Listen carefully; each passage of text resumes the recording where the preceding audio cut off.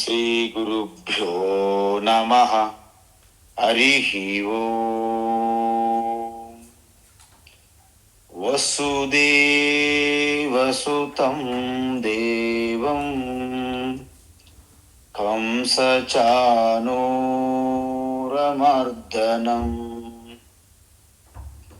దేవకీ పరమానందం కృష్ణం వందే జగద్గురుం. తీర్త్వా మోహార్ణవం హత్వా రాగద్వేషాది రాక్షసాన్ సీతా శాంతి సమాయుక్తా ఆత్మా రామో విరాజతే. ఆత్మా రామో విరాజతే. ఆత్మస్వరూప బంధుఘన, ఇప్పుడు జ్ఞేయం అంటే ఏమిటి అనేది భగవాన్ వివరిస్తున్నారు. ఈ జ్ఞేయం అంటే ప్రతి ఒక్కరూ, అంటే ఎవరిని విడిచిపెట్టకుండా ప్రతి ఒక్కరు కూడా తెలుసుకోవాల్సింది ఏంటంటే అదే జ్ఞేయం. ఎటువంటి జ్ఞేయం అది అంటే ఆ బ్రహ్మ గురించి ప్రతి ఒక్కరూ తెలుసుకోవాల్సిందే. ఎవ్వరు కూడా ఎటువంటి ఎక్సెప్షన్ లేకుండా. అయితే మనం చూసాం ఏంటి, మనం వాస్తవానికి మన శరీరం ఉంది. మన శరీరము, మనస్సు, ఇంద్రియములు ఇవన్నీ కదులుతుంటాయి. కానీ ఆ ఎరుక ఏదైతే ఉందో, హద్దులు లేని, అవధులు లేని ఆ ఎరుక అంటే ఆ స్ఫురణం, ఆ చైతన్యం, అది కదలడానికి ప్లేస్ లేదు. ఎందుకు? ఈ దేశకాల ఈ అంత వ్యాపించి ఉన్న, సర్వవ్యాపిగా ఉన్న చైతన్యము కదలాలంటే వేరే లేని ప్రదేశం ఉండాలి. ఇప్పుడు ఆకాశం తీసుకుందాం. ఆకాశమే కదలడానికి అవకాశం లేదు. ఎందుకంటే ఆకాశం లేకుండా ఇంకేమీ ఉండదు. ఆ విధంగా శరీరం ప్రయాణం చేస్తుంది, మనస్సు ప్రయాణం చేస్తుంది, జీవరాశులు ప్రయాణం చేస్తాయి. కానీ చైతన్యానికి ప్రయాణం లేదు. అందువల్ల అచలం అంటే ఆత్మ అచలం చలంగా కనిపిస్తుంది. ఎందుకు? మన శరీరము, ఇంద్రియములు కదలిక వలన, మనస్సు కదలిక వలన. ఆకాశం కదలదు, కానీ కుండ అలా కదులుతుంటే కుండలో ఉన్న ఆకాశం కూడా కదులుతున్నట్లుగా అనిపిస్తుంది. అందువలన భగవాన్ ఇంకొక అడుగు ముందుకేసి ఏమంటున్నారంటే, మనం ఏమంటాం చెప్పండి? మన భక్తి మార్గం, భక్తి భక్తి భక్తి అంటాం మనం. నువ్వు 2 అడుగులు లేకపోతే 1 అడుగు భగవంతుని వైపు వేస్తే భగవంతుడు 10 అడుగులు నీ వైపు వేస్తారు అంటారు. ఇంతకీ అడుగులు ఎక్కడ ఉన్నాయి చెప్పండి? అంటే భగవంతుడు అడుగులు వేయడానికి ఆయన ఒక ప్లేస్లో ఉండి ఇంకో ప్లేస్లో ఉండకూడదు. అప్పుడే ఆయన అడుగులు వేయవచ్చు. అది మనం ఏమనుకుంటాము, ఓహో అంటే భగవంతుడు ఎక్కడో వైకుంఠంలో ఉన్నాడు, సో మనము ఆయన వైపు 2 అడుగులు వేస్తే ఆయన మన వైపు 10 అడుగులు వేస్తారు అని అంటారు. కానీ మనం ఆనందపడిపోతాం. ఓహో, ఈ భక్తి పారవశంలో ఇక ట్రాన్స్లోకి వెళ్ళిపోతాం. మనం పూనకాలు వచ్చాయి అంటారు మన వాళ్ళు. ఇక భక్తిలో మైమరిచిపోతాం. కానీ నేను 2 అడుగులు వేయడం ఏంటి, భగవంతుడు నా వైపు 10 అడుగులు వేయడం ఏంటి, ఆయన ఎక్కడ లేకుండా ఏమైనా ఉంటుందా ఈ జగత్తు అని ఆలోచించాం మనం. కానీ మన ప్రార్థనలోనూ మన పూజల్లోనూ అచ్యుతాయ నమః, అనంతాయ నమః అని అంటుంటాం. అనంతాయ అంటే మొత్తం యావత్ సృష్టి అంతా వ్యాపించి అనంతంగా ఉన్నది. నా ఆది లేదు, అంతము లేదు, అనంతం, అనాది అని చెప్తుంటాం. మళ్ళీ ఆయనకి ఒక దగ్గర పరిమితం చేస్తుంటాం. అయితే ఇప్పుడు మనకు తెలియాల్సింది ఏంటంటే, భగవంతుడు వైకుంఠములో ఉన్నాడా అంటే, భగవంతుడు మనకంటే దూరంగా ఉన్నాడు అనుకుందాం. ఎక్కడ వైకుంఠములో ఉన్నాడని ఎవరైనా అన్నారు అనుకోండి, మరి మీరేమనాలి? అబ్బే, వైకుంఠంలో భగవంతుడు లేడండి అని అంటారా? అలా అనకూడదు. ఎందుకంటే వైకుంఠములో భగవంతుడు ఉన్నారు అని అన్నారనుకున్న వాళ్ళు, మనమేమనాలి? వైకుంఠములో కూడా భగవంతుడు ఉన్నారు. అంటే ఇక్కడ కూడా ఉన్నారనే ఒక్క మాట మీరంటే, మీరు తత్వవేత్తలు, సత్యాన్ని దర్శించిన వారు, మీరే ఋషులు, మీరే యోగులు. వైకుంఠంలో మాత్రమే భగవంతుడు ఉన్నారంటే మీకు సత్యం తెలియదు అని అర్థం, అంతే. అందువలన వైకుంఠములో కూడా ఉన్నారు. మరి భగవంతుడు కైలాసంలో ఉన్నారు, పరలోకములో ఉన్నారంటే, పరలోకములో కూడా ఉన్నారు. ఇది ఈ కూడా అనేది ఒక చిన్న పదం. అది గనక మీకు అర్థమైతే ఇక భగవంతుడు ఎక్కడ ఉన్నాడనే ప్రశ్న రాదు. ఎందుకు? మీరు ఎదురు ప్రశ్న వేయాలి వాళ్ళకి. భగవంతుడు ఎక్కడ లేరు అని అడగాలి. అది వాళ్ళు చూపెట్టలేరు. కాబట్టి ఎక్కడ ఉన్నారు అనే ప్రశ్న తలెత్తది అనమాట. అందువలన ఇప్పుడు మనకి కైలాసములో ఉన్నారన్నా, పరలోకములో ఉన్నారన్నా మనం ఏమనాలి? అక్కడ కూడా ఉన్నారు. ఇంతకీ మీ హృదయస్థములో భగవంతుడు ఉన్నారా? నా హృదయస్థములో కూడా భగవంతుడు ఉన్నారు. చూసారా? అంటే ఎక్కడో వైకుంఠమో, పరలోకమో, కైలాసమో ఎక్కడో అక్కడ కూడా ఉంటే, నా హృదయస్థములో కూడా ఉన్నారు అంటే అర్థం ఏంటి? దూరస్థం, మొత్తం ఎక్కడో దూరస్థములో. అంతికేచ అంటే అత్యంత సమీపంలో కూడా. అంటే దీని అర్థం ఏంటి? భగవంతుడు సర్వవ్యాపి అని అర్థం. అయితే మన యొక్క జ్ఞానులు, ఋషులు ఏం చెప్పారు? ఎవరైతే ఈ రహస్యం తెలుసుకుంటారో వారికి ఈ పరమాత్మ బ్రహ్మ చాలా నజదీక్ అంటే అత్యంత సామీప్యంలో ఉంటారు, సమీపంలో దగ్గరగా ఉంటారు. ఎవరికైతే ఈ రహస్యం తత్వం తెలియదో వారికి ఆ పరమాత్మ దూరంగా ఉంటారు. చూసారా? అంటే జ్ఞానికి అత్యంత దగ్గరగా ఉంటారు, అజ్ఞానికి అత్యంత దూరంగా ఉంటారనేది తెలుసుకోవాలి. అందుకే దూరస్థం చ అంతికే చ తత్ అన్నారన్నమాట. అయితే ఇక్కడ ఒక చిన్న విషయం ఏంటి? ఇంతకీ జ్ఞానికి బ్రహ్మ దగ్గరగా ఉన్నారు అనేది నిజమా? దగ్గరగా ఉన్నారు ఆ జ్ఞానికి? కాదు. మరేంటి? అహం బ్రహ్మాస్మి, నేనే శుద్ధమైన నేనుగా ఉండుటయే బ్రహ్మ. కాబట్టి నేనే బ్రహ్మ అంటే ఇంకా దగ్గర దూరం ఎక్కడ ఉంది? అంటే జ్ఞాని అహం బ్రహ్మాస్మి, నేనే బ్రహ్మ అని అనుభూతి చెందుతారు. కాబట్టి బ్రహ్మ అంతటా ఉంటే మరి మనకెందుకు తెలియట్లేదు? ప్రతి ఒక్కరి ప్రశ్న ఇదే.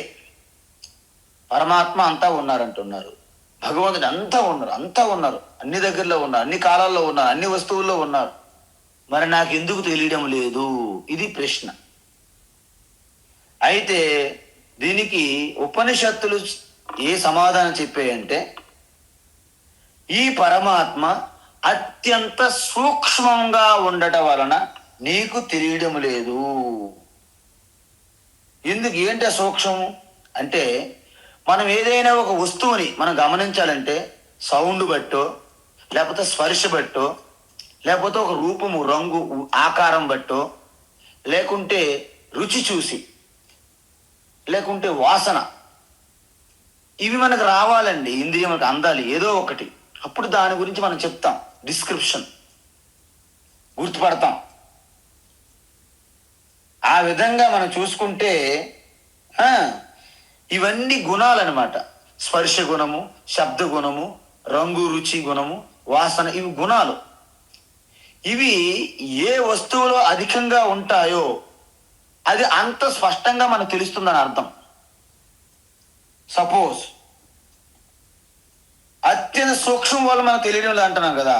అవిజ్ఞేయం అంటే బ్రహ్మకి ఇవేవి గుణాలు లేవు అని చెప్తున్నారు. ఏ గుణాలు?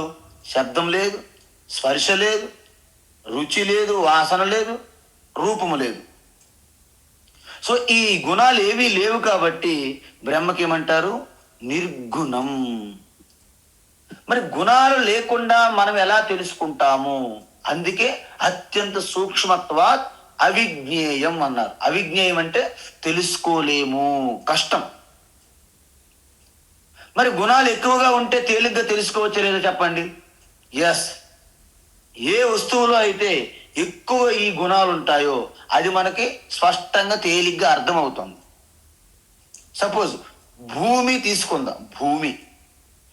భూమిలో శబ్దం వస్తుందా లేదా? మనం ఏమైనా గోతి తీసామనుకోండి, లేకపోతే మట్టి ఇలా తీసామనుకోండి, వాటి నుండి మనకి శబ్దం వస్తుంది. మరి ఈ భూమి వలన మనకు స్పర్శ కలుగుతుందా లేదా? మట్టి ఇది చాలా సాఫ్ట్గా ఉంది, చాలా గరుకుగా ఉంది, ఇది హార్డ్గా ఉంది, స్పర్శ వస్తుందా లేదా? వస్తుంది. మరి మట్టికి, భూమికి రూపం ఉందా లేదా? ఉంది. రసం ఉందా లేదా? ఉంది. వాసన ఉందా లేదా? ఉంది. మట్టికి వాసన కూడా ఉంది. అంటే భూమికి 5 గుణాలు ఉన్నాయి. ఏంటవి? శబ్దం ఉన్నది, స్పర్శ ఉన్నది, రూపం ఉన్నది, రుచి అంటే రుచి ఉన్నది, రసం, గంధం అంటే వాసన ఉన్నది. అదేవిధంగా నీరు తీసుకోండి. నీరుకి శబ్దం వస్తుందా లేదా? వస్తుంది. స్పర్శ ఉందా లేదా? నీటికి మనం స్పర్శ చేస్తే తెలుస్తుంది. రూపం ఉందా లేదా? నీరుకి ఉంది. రుచి, రసం ఉందా లేదా? ఉంది. వాసన ఉందా?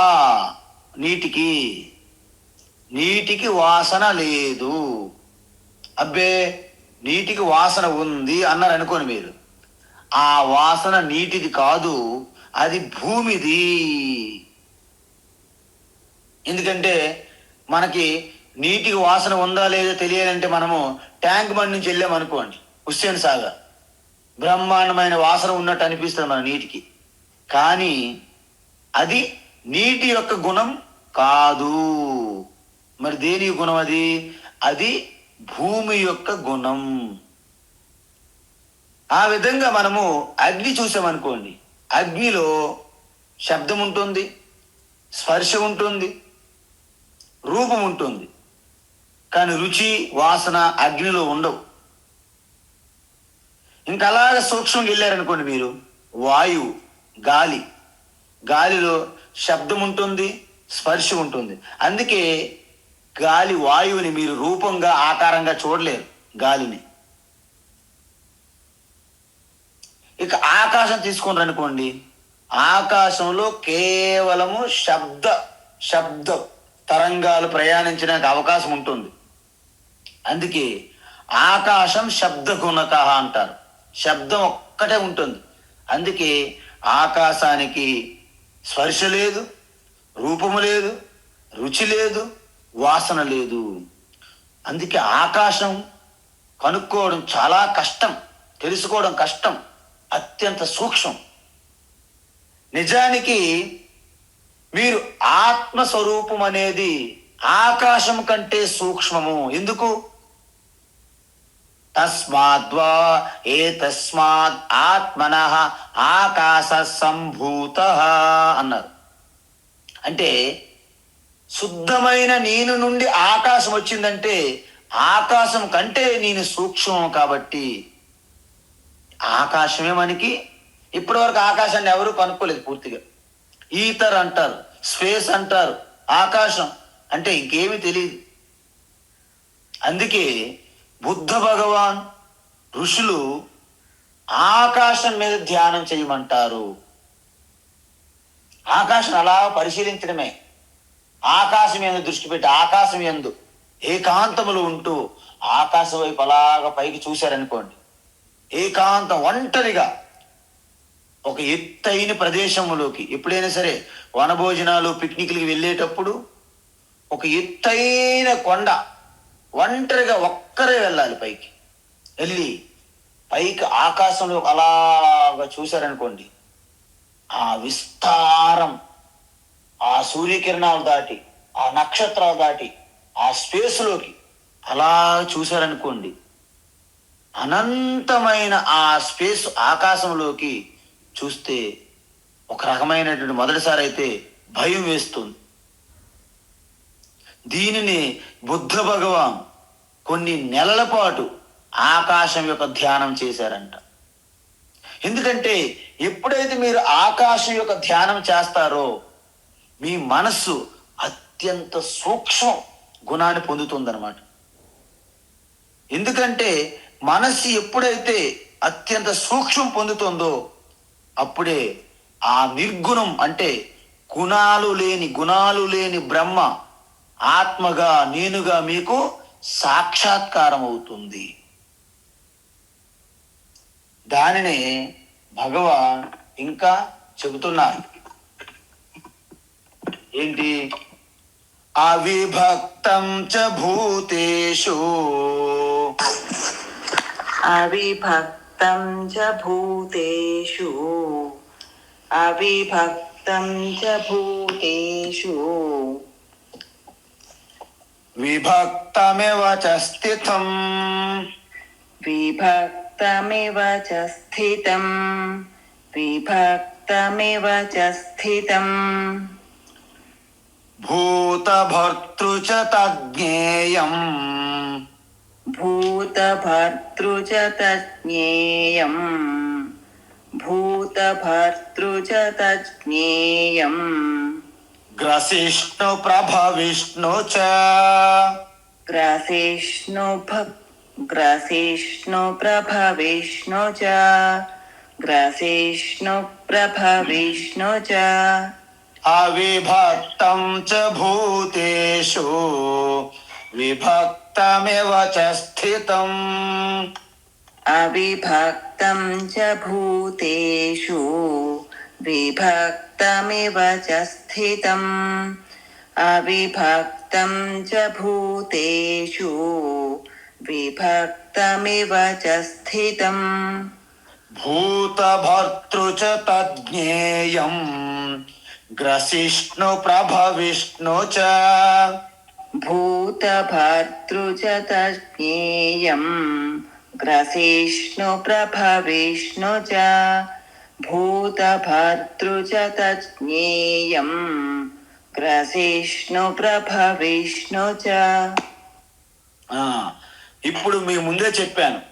ఇప్పుడు భగవాన్ చెప్పబోయేది ఏంటంటే మొత్తం ఉపనిషత్తుల యొక్క అలాగ ఉపదేశాన్ని చెప్తున్నారు. ఎందుకు? భగవద్గీత అనేది ఉపనిషత్తుల యొక్క సారము కాబట్టి ఉపనిషత్తుల యొక్క మూలంలోకి వెళ్లకుండా భగవద్గీత ఉండదు. అందువలన ఉపనిషత్తుల్లో ఏదైతే ఆత్మ పరమాత్మ గురించి చెప్పారో ఆ పోర్షన్ తీసుకొని ఇప్పుడు భగవాన్ మనకి చెప్తున్నారు. ఏంటది? ఈ బ్రహ్మ అంటే పరమాత్మ ఆత్మ ఆకాశం వలె విభజించడానికి, ఖండాలుగా భాగాలుగా చేయడానికి వీలు లేదు. ఎందుకు? విభక్తం అంటే విభాగాలుగా విభజించడం అండి. అవిభక్తం అంటే భాగాలు చేయడానికి వీలు కానిది. ఇప్పుడు చూడండి, ఆకాశాన్ని మీరేమైనా భాగాలుగా చేయగలరా? చేయలేము.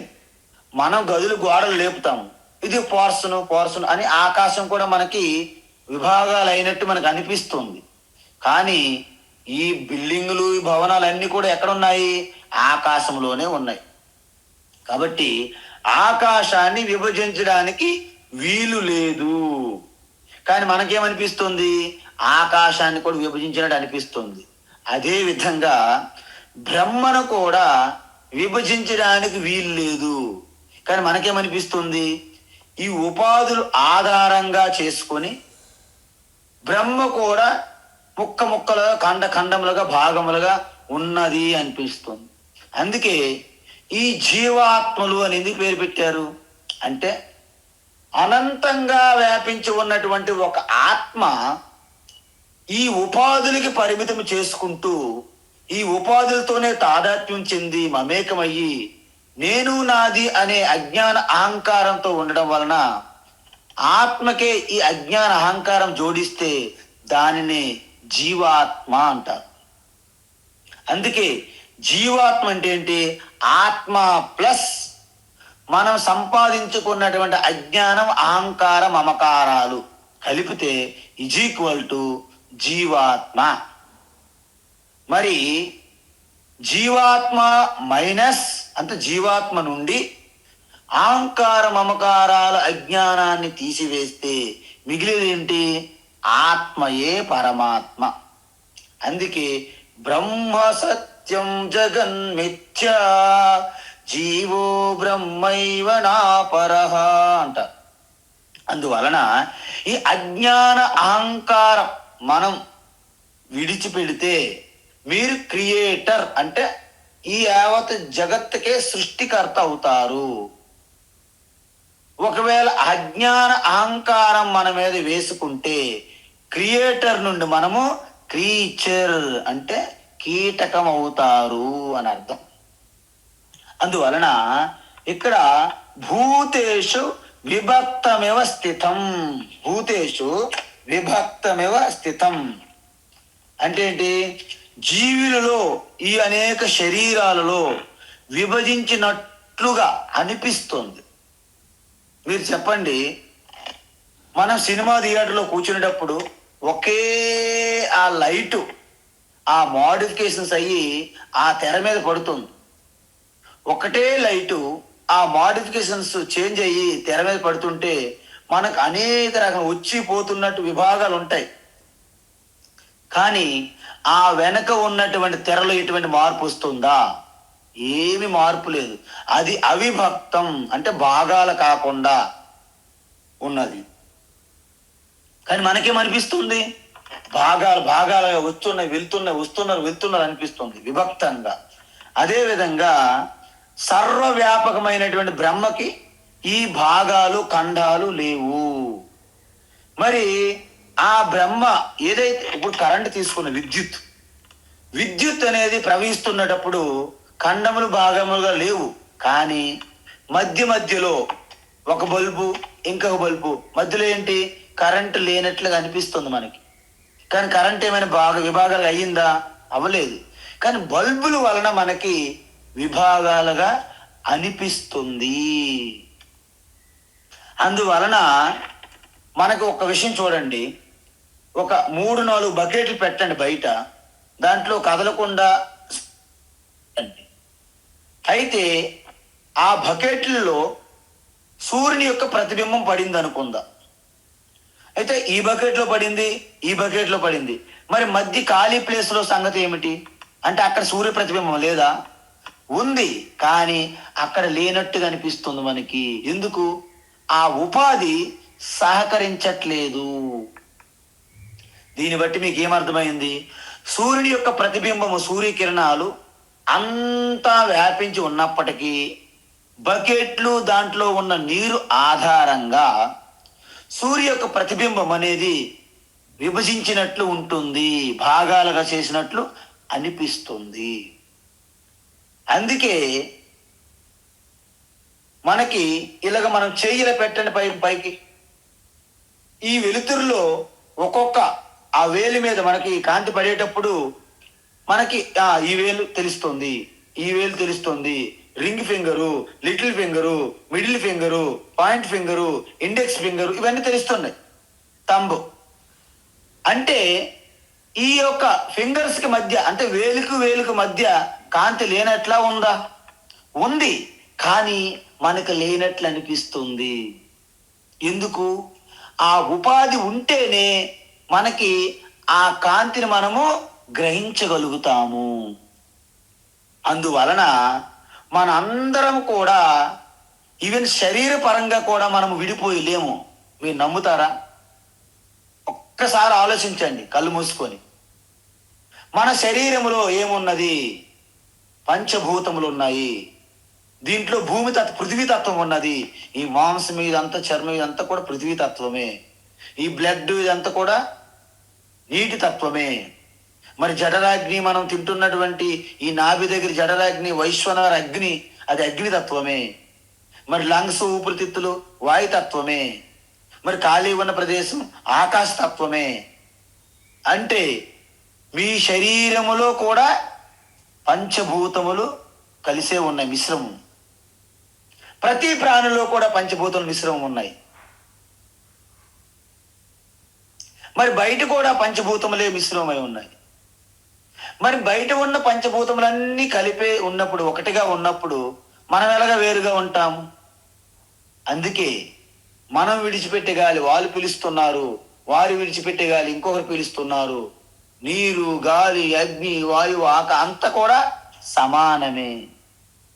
కానీ మనకి విభాగాలు విడిపోయి ఉన్నట్లు అనిపిస్తుంది.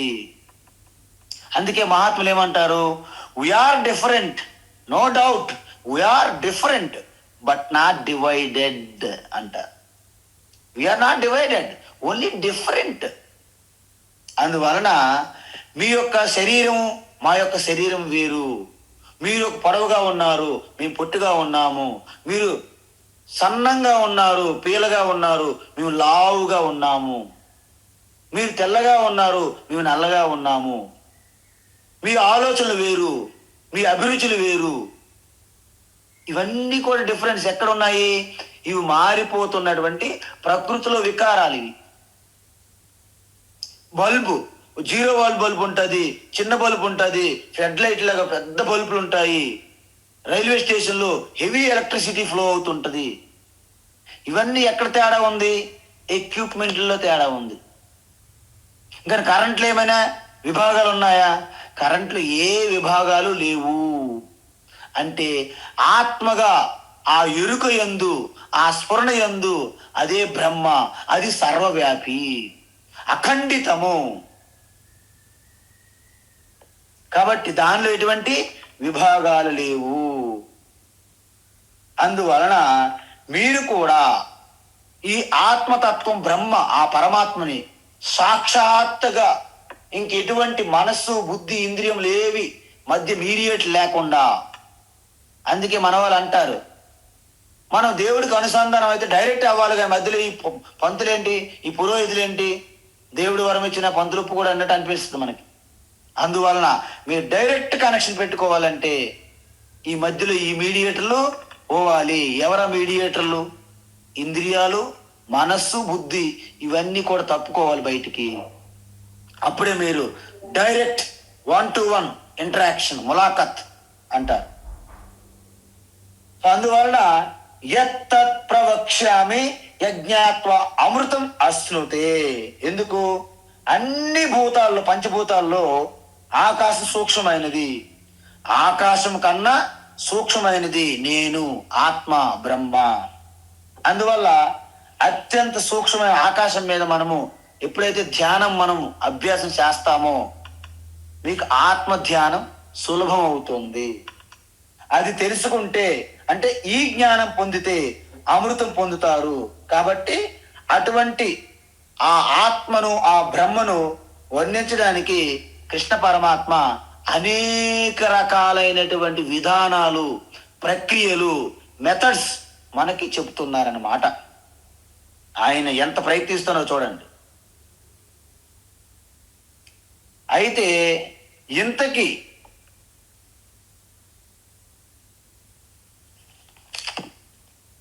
ఇక్కడ ప్రభ విష్ణు అని చెప్పారు కదండి, మనం చూసాం కదా.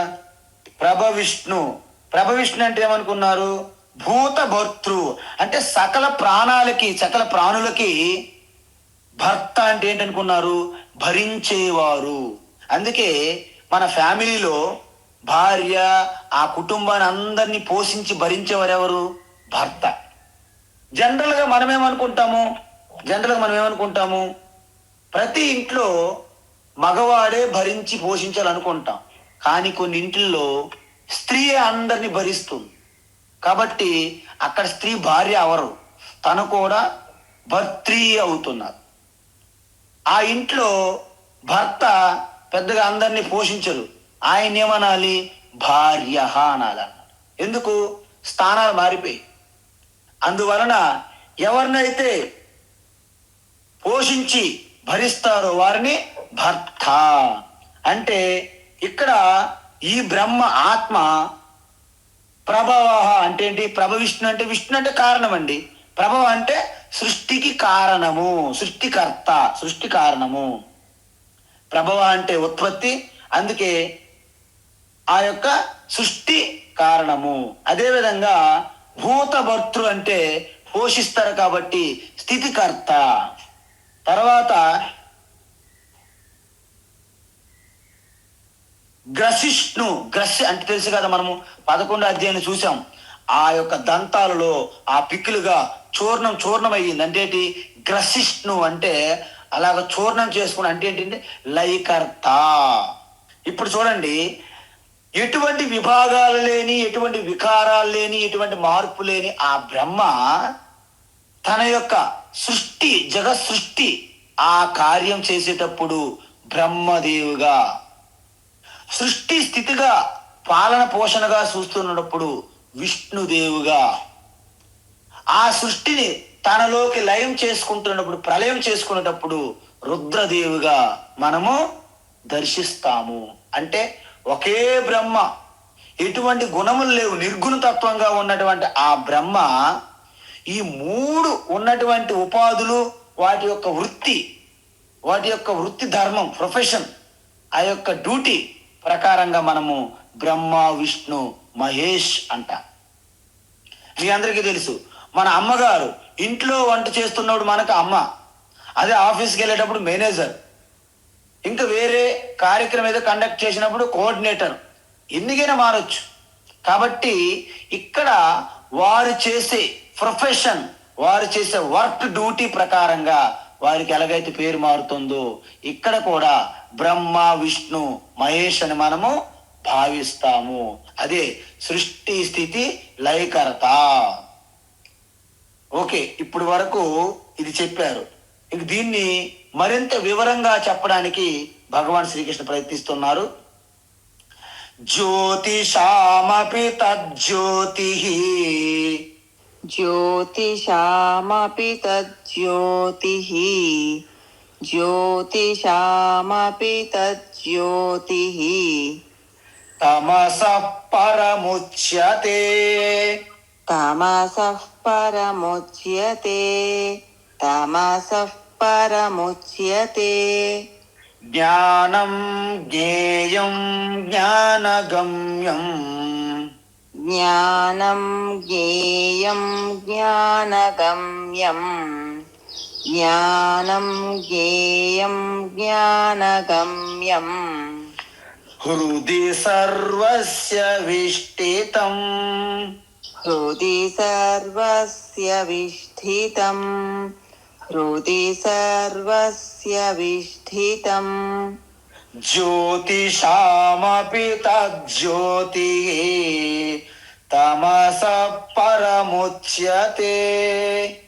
జ్యోతిషామపి తజ్జ్యోతిః, తమసః పరముచ్యతే. జ్యోతిషామపి తజ్జ్యోతిః, తమసః పరముచ్యతే. జ్ఞానం జ్ఞేయం జ్ఞానగమ్యం, హృది సర్వస్య విష్ఠితం. జ్ఞానం జ్ఞేయం జ్ఞానగమ్యం, హృది సర్వస్య విష్ఠితం. జ్ఞానం జ్ఞేయం జ్ఞానగమ్యం, హృది సర్వస్య విష్ఠితం. ఉత్తమం.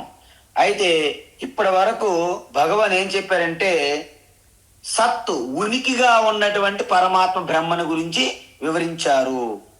అందువలన మనం ఎప్పుడైతే ఈ ప్రపంచము నుండి ధ్యాస విడిచిపెట్టి ఈ ఇంద్రియములు, శ్వాస, ఈ యొక్క మనస్సు, బుద్ధి, వీటి మీద ఆలోచనలు, ఈ కోరికలు, వీటిపైన మనం ధ్యాస విడిచిపెడితే మనం కేవలం ఒక ఉనికిగా, ఆ సత్తుగా మిగులుతుంది. ఆ సత్తుయే ఆ ఎరుకగా స్ఫురణగా ప్రకటమవుతుంది. ఇప్పుడు భగవాన్ ఏం చేస్తున్నారంటే ఆ సద్రూపంగా సత్ రూపంగా ఉన్న ఆ బ్రహ్మను చిత్ రూపంగా ఎలా ఉంటుందనే చెప్తున్నారన్నమాట ఇక్కడ. అందువలన సత్ అన్న చిత్ అన్న ఒక్కటే. కాబట్టి సత్తుకి ఏ లక్షణాలు అయితే మనం చెప్పామో అవే గుణాల లక్షణాలు చిత్తులో మనం చూస్తామన్నమాట. ఎందుకంటే ఇక్కడ ఉపనిషత్తుల్లో ఏ పదజాలము ఏ టెర్మినాలజీ వాడారో ఉపనిషత్తుల యొక్క భాష ఇక్కడ భగవాన్ వాడుతున్నారు, డైరెక్ట్గా వాడుతున్నారు.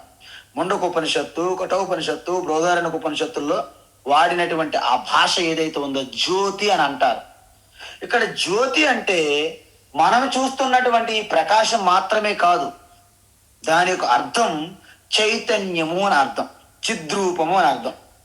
అందువలన ఇంతకుముందు మనం చెప్పాం, భగవద్గీత అనేది ఉపనిషత్తుల యొక్క సారము. ఏంటి? భగవద్గీత ఉపనిషత్తుల యొక్క సార సంగ్రహం అన్నమాట, ఎస్సెన్స్. కాబట్టి మనం భగవద్గీత చెప్పేటప్పుడు ఉపనిషత్తుల్లోకి వెళ్లకుండా వీలు కాదు. మీరు వెన్నైనా నెయ్యి అయినా మజ్జిగైనా దేని గురించి మీరు మాట్లాడాలన్నా పాలు గురించి మాట్లాడకుండా ఉండలేరు. ఎందుకు? పాలు బట్టే ఇవన్నీ మనకు వస్తాయి. పాలు వీటన్నిటికీ కారణం. కాబట్టి ఉపనిషత్తుల యొక్క జ్ఞానం అంతా భగవద్గీతగా మనకి ప్రకటమైంది. సో భగవద్గీతలో ఇంకేమైనా సరే అన్ని వైపులు మనం దర్శించాలంటే ఆ మూలమైనటువంటి ఉపనిషత్తులకు మనం వెళ్ళాల్సి ఉంటుంది. అందువలన ఉపనిషత్తుల్లో ఇదే తత్వాన్ని అనేక ఉపనిషత్తులు చెప్పడం జరిగింది. ఏంటి? నత్ర సూర్యో భాతి న చంద్ర తారకం నేమా విద్యతో భాంతి కుతో యమగ్ని తమేవ భాంతమనుభాతి సర్వం తస్య భాస సర్వమిదం విభాతి. ఈ మంత్రము వేదములలో అనేక ఉపనిషత్తులు వచ్చింది. శ్వేతాసవతర ఉపనిషత్తు, కఠోపనిషత్తు, ముండకోపనిషత్తు అనేక ఉపనిషత్తులు చెప్పారు.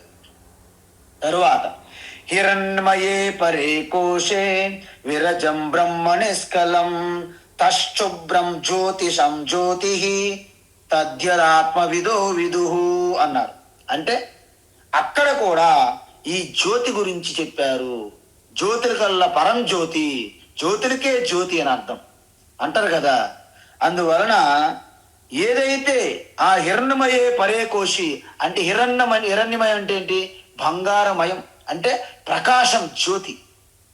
పరే కోశే విరజం బ్రహ్మ నిష్కలం అంటే ఎటువంటి మాలిన్యం, ఎటువంటి డస్ట్, దుమ్ము, ధూళి, ఎటువంటి రజోగుణం, తమోగుణం, సత్వగుణం అన్నిటికంటే అతీతంగా ఉన్నది అని అర్థం. తశుభ్రం అంటే అది కేవలం శుద్ధ చైతన్య స్వరూపము.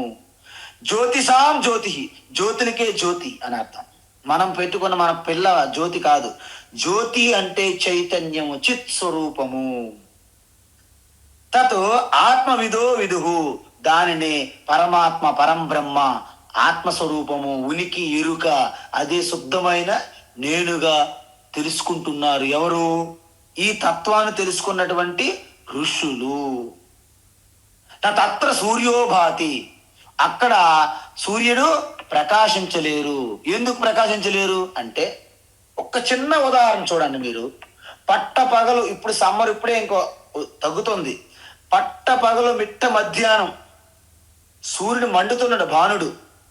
ఆ సమయంలో నక్షత్రాలు ప్రకాశిస్తున్నాయా లేదా? చెప్పండి. ప్రకాశిస్తున్నాయా లేదా నక్షత్రాలు? కొంతమంది అంటారు పగటిపూట నక్షత్రాలు ఉండవు. ఎక్కడికి వెళ్తాయి? వారు అత్తోరింటికి వెళ్ళాయి. అలా ఉండదు. పగటిపూట, రాత్రిపూట నక్షత్రాలు ఉండవు.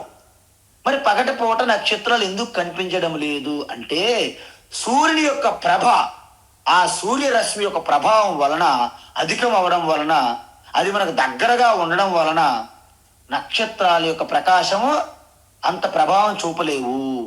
అంటే ఆల్మోస్ట్ ఆల్ నక్షత్రాలు లేనట్టే అనిపిస్తుంది మనకి. అదే విధంగా ఆత్మ చైతన్య ప్రకాశ జ్యోతి యందు సూర్యుని కూడా పట్టపగలు నక్షత్రాల వలె మారిపోతాయి. అందుకే మనం చూసాం, మనం ఒక్కసారి బయట ఏదైనా పగటిపూట ఒక వస్తువులు మనం చూడాలంటే ప్రకాశం అవసరం. ప్రకాశం లేనిది మనం చూడలేం. రాత్రి కానీ పగలు కానీ ప్రకాశం అనేది మనకి ఉండాలి ఈ నేత్రములతో మనం ఏమైనా చూడాలంటే. మరి మీరు పడుకునేటప్పుడు మీకు ఒక స్వప్నం వచ్చింది, కళ. ఆ స్వప్నములో మీరు వస్తువులని మనుషుల్ని అన్నిటినీ కూడా మీరు స్పష్టంగా చూస్తున్నారా లేదా? చూస్తున్నాం స్వామి, ఎందుకు చూడట్లేదు? బ్రహ్మాండం చూస్తున్నాం. కళల్లో మేము కింగు, మాకు రోజు డ్రీమ్స్. చెడు కళలు పీడకలలు రాకూడదని మేము ప్రార్థన చేసి మరీ పడుకుంటాం అంటారు మన వాళ్ళు. మరి కళలు వచ్చేటప్పుడు అంత స్పష్టంగా మీరు చూడగలుగుతున్నారంటే మరి అక్కడ ఏ ప్రకాశం ఉంది, ఏ లైట్ ఉంది? మీరేమైనా ఎవరైతే బ్యాటరీలు పెట్టుకొని టార్చ్ లైట్లు ముందు ఫిక్స్ చేశారా? మొత్తం చుట్టూ లైట్లు. నేను లైన్ మ్యాన్ చెప్పాను, పవర్ కట్ అవ్వకూడదని కూడా చెప్పాను. ఎక్కడ? స్వప్నంలో మీకు పవర్ కట్ కాకుండా ఆ కరెంట్ని ఎవరు పంపిస్తున్నారు? కేసీఆర్, రేవంత్ రెడ్డి? ఎవరు కాదు. స్వప్నంలో అసలు లైన్ మ్యాను లేడు. కేసీఆర్ ఎందుకు, రేవంత్ రెడ్డి ఎందుకు? ముఖ్యమంత్రులు. కాబట్టి ఏ ముఖ్యమంత్రులు అక్కర్లేదు, ఏ లైన్ మ్యాన్ అక్కర్లేదు, ఏ పవర్ స్టేషన్ అక్కర్లేదు. మరి స్వప్నంలో మీకు ఆ ప్రకాశం లైట్ ఎక్కడి నుండి వస్తుంది? చూసారా? అత్రాయం పురుష స్వయం జ్యోతిర్భవతి అంటారు ఉపనిషత్తుల్లో. అంటే అక్కడ మీరే స్వయం ప్రకాశంగా విరాజిల్లుతున్నారు. అందువలన మీ వెలుగులో మైండ్ చిన్న డ్రామా నాటకం ఆడుకుంటుంది. చిన్న నాటకం మీ వెలుగులో, ఆత్మ జ్యోతిలో, ఆత్మ చైతన్య జ్యోతిలో. అందువలన అక్కడ తత్ర అంటే అస్మిన్ స్వప్నే, స్వప్నంలో సూర్యనభాతి, సూర్యుడు ప్రకాశించలేడు. సూర్యప్రకాశం ఏమైనా ఉపయోగపడుతుందా? అబ్బా మేఘాలండి, అందుకే నా స్వప్నంలో సూర్యప్రకాశం రాలేదని ఎవరైనా అన్నారా? చంద్రుడు ప్రకాశించగలడా? లేదు. నక్షత్రాలు ప్రకాశిస్తాయా? లేదు. మెరుపులు వస్తాయా? లేదు. అగ్ని ప్రకాశిస్తుందా? మరి టార్చ్ లైట్లు, విద్యుత్ దీపాలు ఏవి ప్రకాశించవు. అంటే ఇది జ్యోతిల కల్లా జ్యోతే కాదా? అందువలన ఆ చైతన్య జ్యోతియే సూర్యమండలంలో ఉండి సూర్యునికి కూడా ప్రకాశాన్ని ఇస్తుంది. ఆ చైతన్య జ్యోతియే మన హృదయస్థములో ఉండి మన ఇంద్రియముల ద్వారా, మన చెవుల ద్వారా, మన ముక్కు, మన నాలుక, మన చర్మము, మన మనస్సు, మన బుద్ధి, మన మాటల ద్వారా, అన్నింటి ద్వారా ఆ చైతన్యమే ప్రకటమవుతుంది. అందువలన మీరు కేవలము హారతులు ఇచ్చేటప్పుడు, జ్యోతి వెలిగించేటప్పుడు అంతర్జ్యోతి బహిర్జ్యోతి ప్రత్యగ్జ్యోతి పరాత్పర జ్యోతిర్జ్యోతి స్వయం జ్యోతి ఆత్మజ్యోతి శివోస్మ్యహం అంటాం. నా తత్ర సూర్యభవతి, లేకపోతే ఏదో ఆరతి మంత్రాలు చెప్తారు జ్యోతి వెలిగించేటప్పుడు. ఇవన్నీ కూడా మామూలుగా మనం అనుకుంటాం. కానీ జ్యోతి అంటే అర్థం ఏంటి? దేని సమక్షంలో మిగతావన్నీ తెలుస్తాయో దానిని జ్యోతి అంటారు. అంటే అర్థమేమైంది మీకు? దేని సమక్షంలో మనం తెలుసుకుంటామో, దేని సమక్షంలో మనం తెలుసుకుంటామో దానిని జ్యోతి అంటారు. ఇప్పుడు మీరు చెప్పండి, మీరు నేత్రం ఓపెన్ చేసినప్పుడు మీరు అనేక వస్తువుల ఆకారాల రూపాల బట్టి మీరు తెలుసుకుంటున్నారు లేదా? అంటే నేత్రంలో కూడా జ్యోతియే. మరి మీ వాసన అంటే మీ కోల్డ్ జలుబు ఏమి చేయకుండా ఉన్నది అని మనం భావించినట్లయితే మీరు అత్యంత బాగా స్మెల్ వాసన చూశారనుకోండి, అంటే తెలుసుకుంటున్నారు లేదా? అంటే మీ ముక్కు కూడా ఒక జ్యోతియే. మరి కొంతమంది శబ్దాలు స్పష్టంగా వినిపిస్తుంది, కొంతమందికి ఏం చెప్పారని అంటారు. అంటే బాగా వినికిడి శక్తి ఉందంటే మరి మీరు తెలుసుకుంటున్నారు లేదా? అంటే వినికిడి శక్తి మీ చెవులు కూడా జ్యోతిహే. అదేవిధంగా రుచి, అదేవిధంగా వాసన, అదేవిధంగా స్పర్శ, అదేవిధంగా మనస్సు ద్వారా, బుద్ధి ద్వారా, మన మాటల ద్వారా ఇవన్నీ తెలుసుకుంటున్నావా లేదా? అంటే అవన్నీ జ్యోతిలే. కానీ ఇవన్నీ పనిచేయాలంటే వెనక ఏముండాలి? ఆ స్ఫురణ, ఆత్మ చైతన్యం ఒకటి ఉండాలి. దానిని జ్యోతిలికే జ్యోతి, స్వయం జ్యోతి, పరం జ్యోతి, జ్యోతిసా అపి తజ్జ్యోతి అంటారు. గురువులకే గురువు, రాజులకే రాజు అంటారు, తెలుసు కదా. రాణిలకే రాణి అంటే లీడర్స్కే leader, king of the king అంటారు. అంటే ఏంటి? ఇవన్నీ కూడా చిన్న చిన్న జ్యోతులైతే వీటన్నిటికంటే మాస్టర్, బాస్ జ్యోతి పరం జ్యోతి, అదే బ్రహ్మ, అదే ఆత్మ జ్యోతి అంటారు. దాన్నే శివ అంటారు. కాబట్టి ఎవరైనా సరే మీ ఇంటికి వచ్చినప్పుడు, సపోజ్ అక్కడ కరెంట్ లేదు, ఆవేళ కరెంట్ లేకపోతే ఏం చేస్తాం? ఒకవేళ మీ ఇంటికి వచ్చి కొత్త వాళ్ళు అతిథులు, గెస్ట్ అనుకోండి, వాళ్ళు ఎటువైపు వెళ్తారో తెలియదు, ద్వారం గోడ అన్ని గుద్దేయచ్చు. కానీ మనము శబ్దం ద్వారా మీ కుడివైపు చూడండి, మీ ఎడవైపు తిరగండి అని మన మాటల ద్వారా కూడా వాళ్ళు మనకి ఆ ప్రదేశాన్ని తెలుసుకోవడానికి చేస్తున్నామా లేదా? అంటే మన మాటలు కూడా జ్యోతియే. అందుకే మనం ఏమంటాము, మనం మాట్లాడేటప్పుడు కొంతమంది హాట్గా మాట్లాడుకున్నా అంటారు. అంటే మన మాటల్లో వేడి ఉన్నది కానీ జ్యోతి లేదు. జ్యోతి అంటే light, there is no light, only heat అంటారు స్వామి చిన్మయానంద. కాబట్టి ఈ విధంగా మనకి ఈ ఇంద్రియములన్నీ కూడా జ్యోతి స్వరూపాలే. వాటికి వెనకుండి వాటికి జ్యోతిని అందిస్తున్నది మన హృదయస్థములో ఉన్నటువంటి ఆ చైతన్య స్ఫురణం. అందుకే మనం చెప్పాము ఇంతకు ముందు, నానా చిద్రఘటోదర స్థిత మహా దీప ప్రభాభాస్వరం జ్ఞానం యస్యతు చక్షురాధికరణా ద్వారా బహిస్పందతే జానామీతి తమేవ భాంతం అనుభాత్ ఏతత్ సమస్తం జగత్ తస్మై శ్రీ గురుమూర్తయే నమ ఇదం శ్రీ దక్షిణామూర్తయే అంటారు శంకరాచార్య.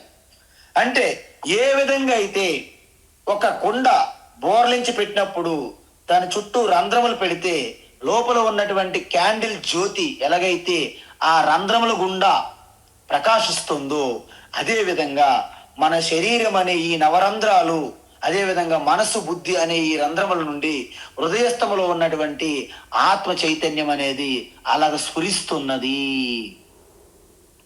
అందువలన జ్యోతిసామపి తజ్జ్యోతి. ఇది ఉపనిషత్తులు డైరెక్ట్ గా భగవాన్ వాడుతున్నారు. కాబట్టి అన్ని జ్యోతుల కంటే ఆత్మ జ్యోతియే పరం జ్యోతి. తక్కిన జ్యోతులన్నీ మన ఆత్మ సమక్షంలో ప్రకాశిస్తాయి, కానీ ఆత్మకి వేరే జ్యోతి అక్కర్లేదు. ఎందుకు? అది స్వయం జ్యోతి. ఇప్పుడు మనము మొన్న పౌర్ణమి రోజున చంద్రుని చూసుకుని చంకలు గుద్దేసుకున్నాం. పౌర్ణమి రోజు ఎంత అద్భుతంగా ఉంది, ఆనందం, బీచ్కి వెళ్ళిపోదాం, సముద్రం దగ్గరికి వెళ్ళిపోదాం, పార్టీలు చేసుకుందాం అంటారు. నిజంగా ఒక్కసారి మీరు ఆలోచించండి, చంద్రునికి స్వయంగా ప్రకాశించే శక్తి ఉందా? లేదు. మరి చంద్రుడు ప్రకాశిస్తాడా? లేదు. మరి చంద్రుడు భూమి లాంటిదే కదా, భూమికి కూడా ఉపగ్రహం చంద్రుడు. మరి చంద్రుడు ఎలా ప్రకాశిస్తున్నాడంటే, చంద్రుడు ప్రకాశించడానికి సూర్యుని యొక్క ప్రతిబింబము, సూర్యుని యొక్క కిరణాలు అవసరము. అంటే చంద్రుని చూస్తూ, చంద్రుని ప్రకాశాన్ని చూస్తూ కూడా ఇది సూర్యుని యొక్క గొప్పతనమే అని ఎవరు తెలుసుకుంటారు? వారు జ్ఞానులు. కానీ ఆ సమీపంలో ఎక్కడా సూర్యుడు ఉండడు. అదే మరి జ్ఞానం అంటే. చంద్రుని యొక్క ప్రకాశాన్ని చూసి కూడా ఇది సూర్యుని విభూతి అని తెలుసుకోవాలి. అదేవిధంగా మన శరీరానికి, మన ఇంద్రియములకి ఇవన్నీ జడ పదార్థములు చంద్రుడి వలె. కానీ వీటన్నిటిలో కూడా చేతన వస్తుంది, చైతన్యం కలుగుతుంది. మరి దాని గొప్పతనం ఏంటి? మరి దగ్గరలో ఏమైనా ఆత్మ ఉందా? ఆత్మ లేదు, సూక్ష్మం. సూర్యుడు కనిపించకపోయినా సూర్యుని ప్రకాశం ఎలాగైతే చంద్రుడికి ప్రకాశానికి కారణమయ్యిందో, ఆత్మ చైతన్యం అనేది ఆబ్జెక్ట్ దృశ్యంగా లేకపోయినప్పటికీ మీ శరీరానికి, ఇంద్రియాలకి, బుద్ధి, మనసుకి అదే రిఫ్లెక్ట్ చేస్తుంది ఆత్మ. ఇది ఆత్మ జ్ఞానం, బ్రహ్మ జ్ఞానం. కాబట్టి పరం తమసః ఉచ్యతే. ఎందుకంటే మామూలు ప్రకాశం జ్యోతులు చీకటిని తొలగిస్తాయి, కానీ ఆత్మ జ్యోతి అంటే ఏంటి? చీకటిని కూడా తెలియజేస్తుంది మనకి.